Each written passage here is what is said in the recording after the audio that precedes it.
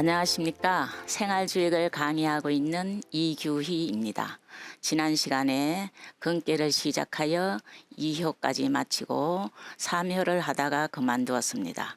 오늘은 이어서 3효부터 하겠습니다. 9.3은 군자 종일 근근하여 석척약하면 여하나 무구리라. 상활 종일 근근은 반복도야라 이렇게 되어 있습니다. 자, 우리가 주역을 보면은 한 개당 6효가 있습니다. 그런데 자리라는 것은 처신하는 분수를 의미합니다.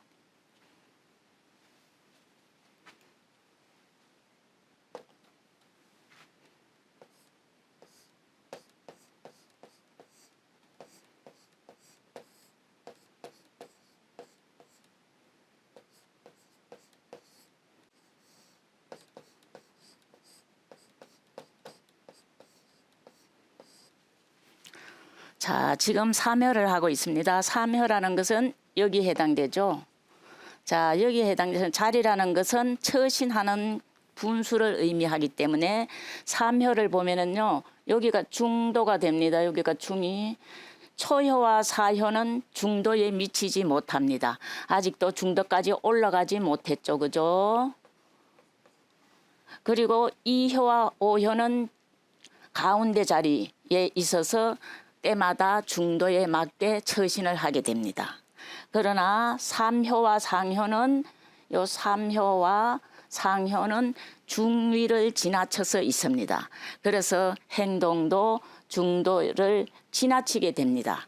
그래서 군자는 점친 사람을 의미합니다. 또는 학문하는 사람을 의미하게 되겠죠. 군자가 종일토록 힘쓰는 겁니다. 왜냐하면은 중도를 지나치지 않고 중도에 맞추기 위해서 계속해서 힘쓴다는 뜻입니다. 그렇게 하면은 조금 위태로나 높은 자리는 언제나 위태로움이 되겠죠. 조금 위태로나 허물이 없게 되는 것이죠. 그죠? 그래서 공자께서는 종일토록 힘쓴다는 것은 도리를 반복하여 익힌다 그렇게 얘기했습니다. 공자께서는 그렇게 말씀을 하셨습니다. 흰 칼날도 밟을 수 있고 나라도 사양할 수 있지만 중도를 지키기는 쉽지가 않더라 그런 얘기를 했습니다. 그래서 공자는 제자들을 늘 가르치는데 그 제자 중에 아주 이제에 밝고 말을 잘하는 자공이 있었습니다. 자공은 또 한 사람 비유하기를 좋아했습니다. 그래서 그 자공이 공자한테 묻습니다. 선생님, 자장과 자하는 누가 더 낫습니까? 이렇게 질문을 하거든요. 그러니까 공자께서 이렇게 말씀하셨어요. 자장은 지나치고 자하는 미치지 못한데 이렇게 말씀하셨거든요. 그랬더니 자공이 그러면은 자공이 낫다는 말씀입니까? 아니다.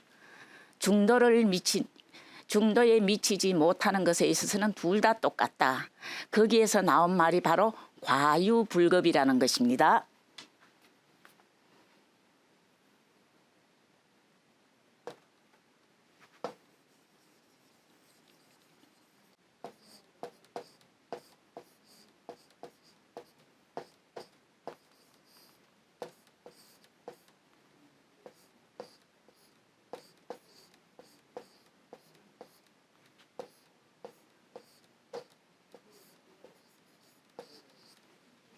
자, 공자께서는 자공의 대답에 대해서 누가 낫다 못하다 하지 않고 중도를 미치는 데 있어서는 똑같다. 그래서 가유불급이라는 말이 나왔거든요.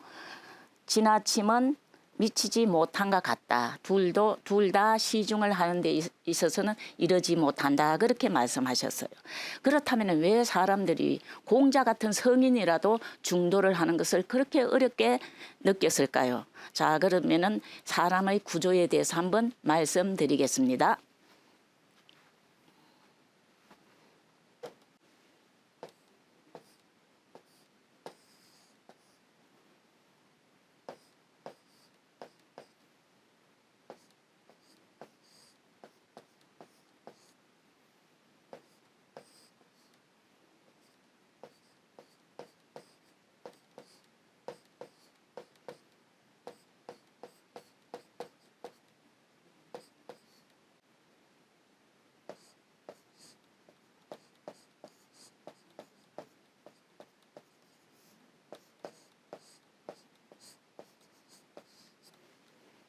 자, 사람의 구조를 보면은요, 사람은 누구나 마음과 몸으로 돼 있습니다. 마음은 크게 두 가지로 나누죠, 그죠? 마음은 양심과 욕심으로 나눕니다. 처음에 태어날 때는 양심만 있었죠. 그러다가 자꾸 자라면서 나라는 것이 생기면서 욕심이 또 생기게 됩니다. 내 양심이라는 것은 본성을 그대로 내려온 겁니다. 본성은 모든 사람이 다 똑같기 때문에 공심이라고 얘기합니다. 이 모든 사람이 똑같은 마음, 공심에서 나오는 행동을 선행이라고 표현을 합니다. 자, 그리고 또 우리가 자꾸 자라면서 여러 가지 감각기관에 의해서 자아의식이 생겨나죠. 그 자아의식이 바로 욕심에 해당됩니다. 욕심은 탐심이라고도 표현을 해요. 지나치게 분수에 지나치게 구하는 것을 탐심이라고 얘기하겠죠. 그렇다면 탐심은 욕심이 적거나 많음에 따라서 크게 작게 나타납니다. 그래서 다 다르기 때문에 개인적이다. 그래서 사심이라고 표현을 합니다. 우리는 행동을 할 때 욕심으로 하는 사람이 있고 탐심으로 하는 사람이 있습니다. 양심으로 하는 사람이 있고 욕심으로 하는 사람이 있습니다. 자, 그렇다면은 욕심으로 하는 사람은 구하는 것이 다 다르기 때문에 욕심에는 반드시 구가 들어갑니다. 욕구라는 말이 들어가죠. 그죠? 구라는 것은 구한다 그런 의미입니다. 그러면 구하는 것이 사람마다 개인적으로 다 다르기 때문에 사심이라고 표현하고 거기에서 나오는 행동을 악행이라고 표현을 하는 겁니다. 그래서 여기에서 양심과 욕심에서 나타나는 걸 갖다가 행동에 선악이 갈라지는 거죠. 두 번째는 모든 만물은 이중 구조로 돼 있잖아요. 자, 그렇다면 몸은 또 어떻게 돼 있을까요? 몸이라는 것은 기와 질로 돼 있습니다. 기라는 것은 두 가지가 크게 나눠지겠죠. 그죠? 우주의 모든 만물은 음양의 기운으로 돼 있다. 이런 표현이 있습니다. 자, 그렇다면은 기는 음기와 양기를 말하는데 양기가 많게 타고난 사람은 지혜롭게 타고납니다. 말을 하기 전에 먼저 아는 사람이 있습니다. 그 다음에 음기가 지나치게 많은 사람은 우둔하게 타고납니다. 그래서 기의 양기와 음기의 다소에 따라서 지적 과불급이 나타나게 되는 거죠. 자, 그러면은 질에서 대해서 볼까요? 질, 우리 몸엔 이런 만져지는 건 다 질이지 않습니까? 그죠? 이 만져지는 질을 갖다가 움직이게 하는 것은 기고, 그 기를 주관하는 것은 정신이 되겠죠. 그죠? 자, 그러면 질은 오행이라고 표현을 합니다. 오행은 우주에 가득한 5가지 기운을 얘기합니다. 5가지 기운은 바로 목, 화, 토, 금, 수 그런 기운이 되겠죠. 우리가 타고날 때 그런 기운을 갖고 타고납니다. 그런 기운을 가지고 오행 중에서 많이 갖고 타고났느냐 적게 갖고 타고났느냐 이에 따라서 또 행동이 달라집니다. 그래서 오행이라는 것은 후박에 따라서 많은 거고 적음에 따라서 행동의 가불급이 나타나는 겁니다. 그래서 기에서는 기에 많고 적음에서는 지적 가불급이 나타나고 그다음에 질에서 오행의 후박에 따라서 행적 가불급이 나타납니다. 그래서 우리가 중도를 지키려고 노력을 상당히 많이 해도 중도는 참 지키기가 쉽지 않습니다. 하다 보면 지나치게 되는 거죠. 그래서 공자가 나라를 사양할 수도 있고 흰 칼날을 밟을 수도 있지만 중도를 하기는 쉽지 않다 이렇게 표현을 했습니다. 그래서 공자는 제자를 통해서 이렇게 표현을 하셨던 거죠. 그죠? 그렇다면은 이제 우리가 사묘가 되었을 때는 요 사묘에 해당될 때는요 중을 지나쳤잖아요. 중을 지나쳤기 때문에 중도를 지나치지 않으려고 열심히 노력하면은 중도에 미치지는 못하지만 허물은 없다 그렇게 표현을 했습니다. 자, 그래서 공자는 항상 두려워하는 마음을 가지고 살았어요. 공자 이러면은 굉장히 편안하게 제자들을 가르치고 많은 것을 다 알고 계시리라고 우리는 생각을 하죠. 그렇지만 공자도 항상 두려운 마음을 갖고 있었어요. 어떤 것을 두려워했나 하면은요.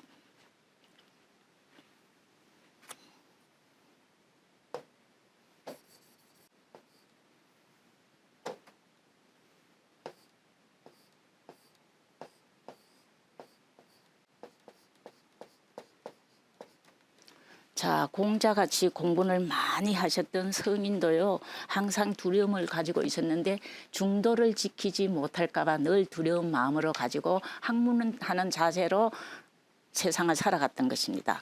제자들을 가르치거나 또 다른 모든 생활에 있어서 두려움이 있었는데 천명을 두려워했습니다. 천명은 우리가 말하는 본성이고 본성은 양심이고 양심대로 행동이 되지 않을까 늘 두려워했던 거죠. 그죠? 자, 그 다음에 두 번째는 대인을 두려워했습니다.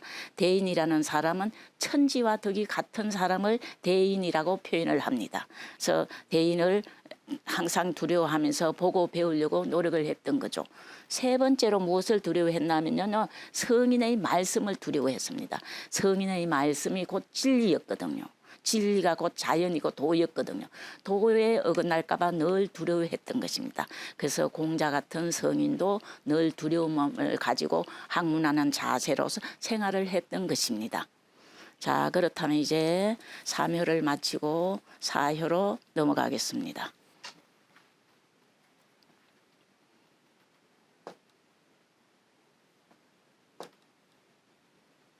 자, 4효로 넘어가겠습니다.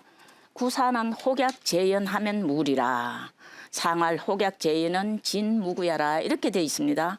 구사는 혹이라는 말이 있죠. 혹 뛰어오르더라도 다시 못에 있으면 허물이 없는 것이다. 이렇게 표현을 했단 말이에요. 자, 요거를 읽고 다시 한번 풀이를 해봅시다. 상할 혹약재연은 상에 말하였다. 혹 뛰어오르더라도 못에 있으면 허물이 없다는 것은 나아감에 허물이 없다, 그런 얘기입니다. 자, 그럼 사효가 위치가 어딘가를 볼까요? 자, 사효는 위치가 6효 중에서 네 번째를 말합니다. 네 번째를 말하고 개가 두 개가 합쳐져서 소성계 두 개가 합쳐져서 대성계를 만듭니다. 아래 있는 소성계를 갖다가 4개,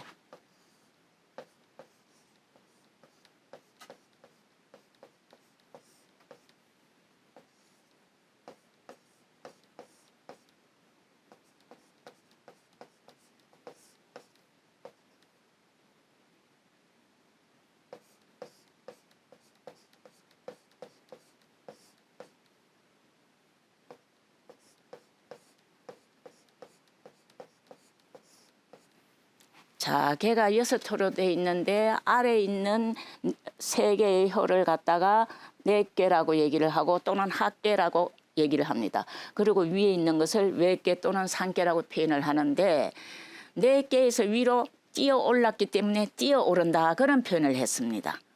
뛰어오른다는 말이 있죠, 그죠? 혹 뛰어오르더라도 연못에 있다는 말은 건도가 변혁한다는 거예요. 어떤 일을 하다가 예를 들어서 회사에서 평직원으로 있다가 관리가 되거나 학교에서 학생으로 돼 있다가 강사가 되거나 이렇게 뛰어 올랐을 때를 표현하는 겁니다. 그럴 때는 어떻게 해야 됩니까? 뛰어오르더라도 다시 자기 자리에 와가지고 더 잘할 수 있는 것을 닦아야 되는 겁니다. 그래서 연못에 있다는 것은 변혁하기 때문에 변혁할 때는 신중을 기해야 되는 거죠. 그죠? 그래서 혹이라는 말을 썼는데 혹은 항상 나아가거나 항상 윗자리에 있거나 그런 것이 아니고 머물러 있지 않고 때에 따라서 나아가고 때에 따라 멈추어야 함을 이릅니다. 혹이라는 말이 반드시 거기 들어가게 됐죠. 그래서 수시지의, 혹이라는 말은 수시지의의 뜻이 있습니다. 때에 마땅함을 따라서 올라가기도 하고 내려가기도 한다, 이런 뜻을 가지고 있습니다.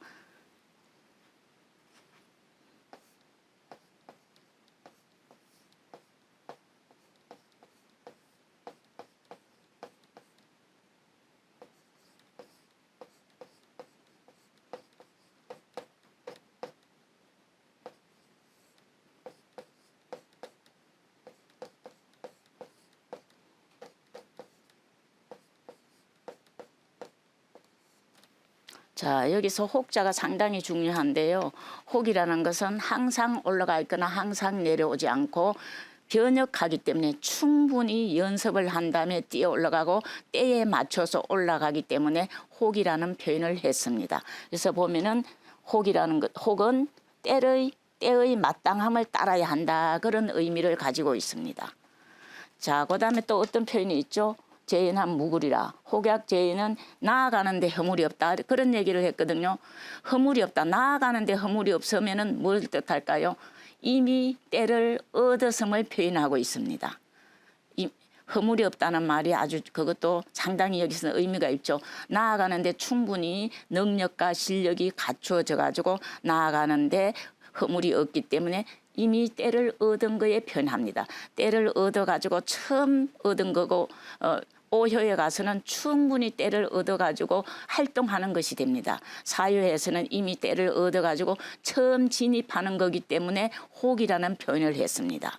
그래서 우리는 사묘에서는 덕을 닦는 거예요. 종일 동안 끙끙하면서 종일 동안 힘써서 덕을 닦는 것에 해당되고 사효에서는 덕을 닦은 것을 시험하는 겁니다. 올라가기도 하고 내려오기도 하면서 내가 잘할 수 있는지 능하게 할 수 있는지 그거를 갖다가 시험하는 단계에 해당됩니다. 그렇다면 오효에서는 무엇을 뜻할까요? 오효에서는 이미 충분히 연습하고 닦인 덕을 많이 베푸는 거예요. 온 전체가 오효라는 것은 자리로 보면 군주의 자리가 되고 가정에서 보면은 아버지의 자리가 되고 어디서든지 제일 윗자리가 됩니다. 그래서 오효에서는 쌓은 덕을 갖다가 충분히 베푸는 것이 됩니다.